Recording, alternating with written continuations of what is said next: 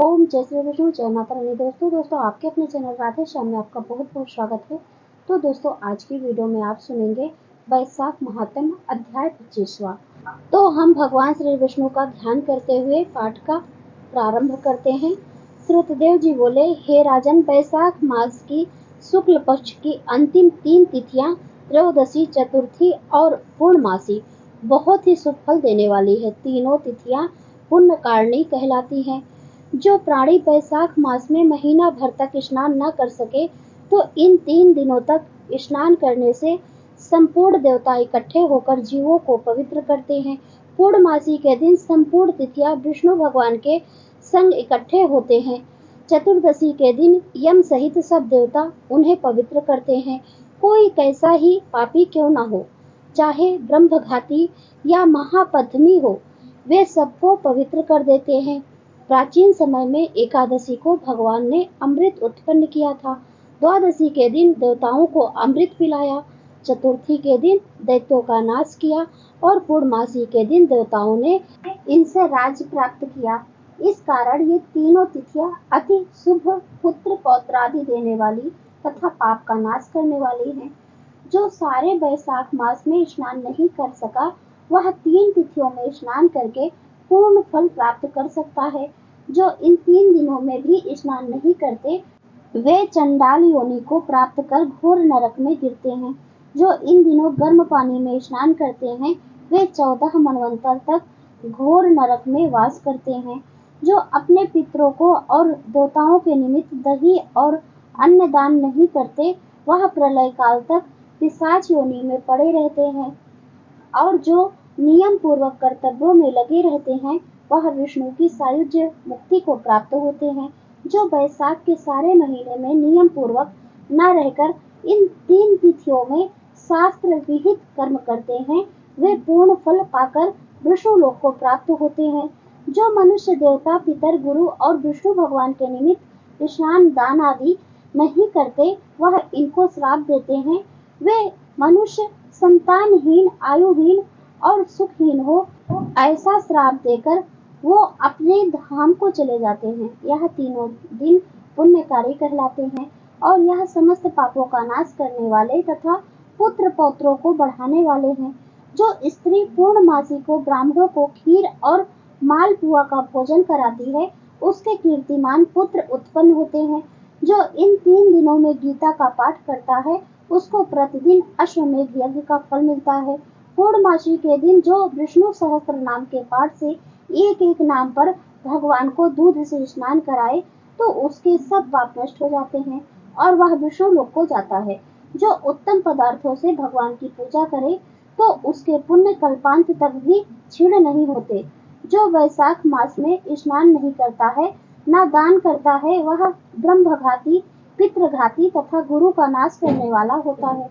जो मनुष्य गीता का श्लोक या पद पढ़ता है, वह ब्रह्मत्व को प्राप्त करता है तथा इन 3 दिनों में श्रीमद् भागवत की कथा सुनने वाला भी काल लिप्त नहीं होता।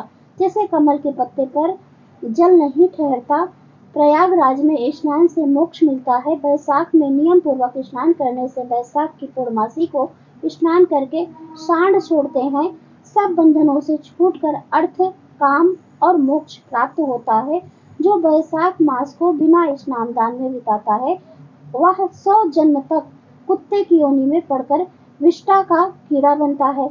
एक बार तीनों भुवनों के 3.5 करोड़ तीर्थ भगवान से प्रार्थना करने लगे कि पापी मनुष्य हम में स्नान करके सब पापों को हम में छोड़ जाते हैं, यह पाप हमसे कैसे दूर होंगे। भगवान कहने लगे कि वैशाख मास में मेष की संक्रांति शुक्ल पक्ष की अंतिम 3 तिथियां मुझको बहुत प्रिय है। इसमें जो स्नान करते हैं, वह अपने सब पापों को छोड़कर निर्मल हो जाते हैं, परंतु जो स्नान नहीं करता, उनके सब पाप ठहर जाते हैं। जो इन कर्मों को नहीं करता, वह 14 मनवंतर तक नरक में वास करता है। इस प्रकार वह संपूर्ण वैशाख का महात्म्य महाबुद्धिमान श्रुति कीर्ति के आगे कहा हुआ जैसा देखा या सुना है, वर्णन किया गया है। इसको तो पूरी रीति से ब्रह्मा भी वर्णन नहीं कर सकते। पहले शिव जी ने कैलाश पर्वत पर पार्वती जी को कथा सुनाई तो 100 वर्ष में भी पूरी नहीं हुई थी। विष्णु भगवान श्री नारायण के बिना इस कथा को कौन कह सकता है। सब ऋषियों ने मनुष्यों के हित कामना के लिए थोड़ा थोड़ा इस महात्म्य का वर्णन किया है, परंतु किसी ने भी इसका अंत नहीं पाया। सो हे राजन, तुम वैशाख मास में दान आदि सत्य कर्म करो, इससे तुमको निश्चय पूर्वक मुक्ति मिलेगी। श्रुतदेव जी इतनी कथा राजा मिथिलेश से कहकर समझाकर जाने का विचार करने लगे, तो राजा के हृदय में अति दुख उत्पन्न हुआ। फिर बड़े उत्सव के साथ श्रुतदेव जी को पालकी में बिठाकर सारे नगर की परिक्रमा कराकर अंतःपुर में लाया और वस्त्र आभूषण, गौ, पृथ्वी, तिल, स्वर्ण एवं सब प्रकार के वैभव सामने रखकर हाथ जोड़ सन्मुख खड़ा हो गया। तब महातेजस्वी श्रुतदेव जी अत्यंत संतुष्ट होकर अपने धाम को गए। नारद जी कहने लगे कि हे राजा अम्बरीश, यह परम अद्भुत कथा मैंने तुमको सुनाई, जिसके सुनने मात्र से सब पाप नष्ट हो जाते हैं और सब प्रकार की संपत्ति प्राप्त होती है। इससे धर्म, अर्थ, काम और मोक्ष चारों पदार्थ मिलते हैं।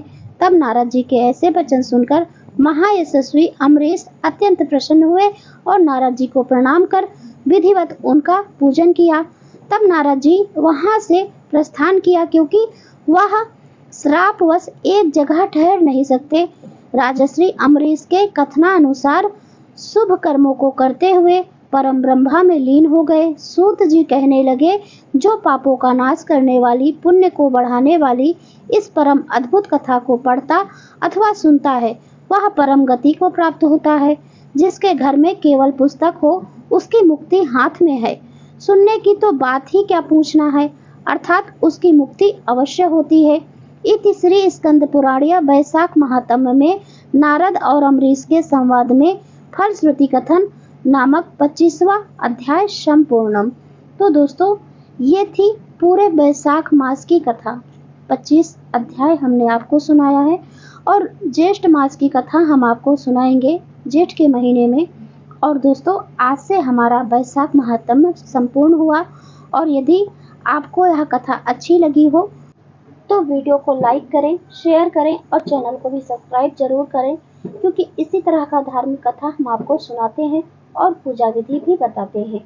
तो इसलिए इस चैनल को सब्सक्राइब कर लीजिए और साथ ही बेल आइकन को जरूर प्रेस कर लें, क्योंकि इससे ये होगा कि जो भी इस चैनल पर नई वीडियो अपलोड होगी उसकी नोटिफिकेशन सही समय पर आपको प्राप्त हो जाएगी। तो चलिए अब हम हर रोज की तरह भगवान श्री विष्णु की आरती कर लेते हैं। ओम जय जगदीश हरे, स्वामी जय जगदीश हरे, भक्त जनों के संकट, दास जनों के संकट, क्षण में दूर करे।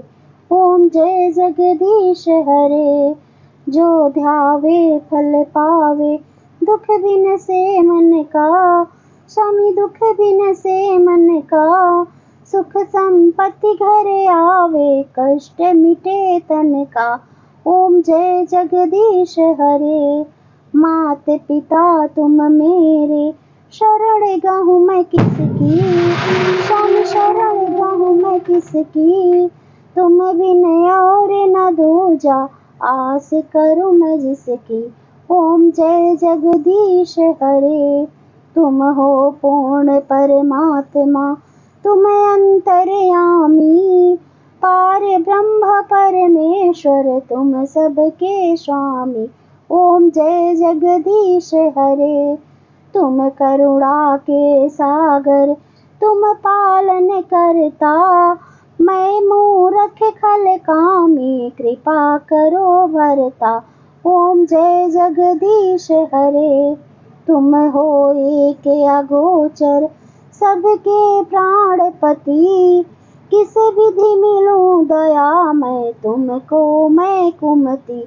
ओम जय जगदीश हरे, दीन बंधु दुख हरता, तुम ठाकुर मेरे, स्वामी तुम रक्षक मेरे, अपने हाथ बढ़ाओ, करुणा हस्त उठाओ, द्वार पड़ा तेरे।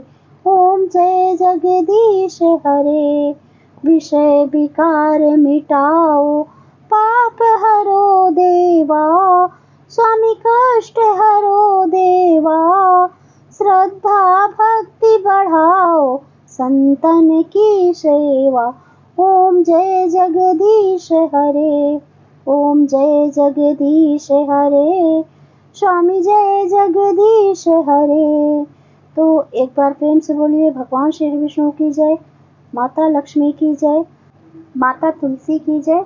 तो दोस्तों यदि वीडियो अच्छा लगा हो तो लाइक करें। अब मैं मिलती हूँ अगले वीडियो में, तब तक के लिए नमस्कार। वीडियो देखने के लिए बहुत बहुत धन्यवाद। राधे राधे, जय श्री हरि।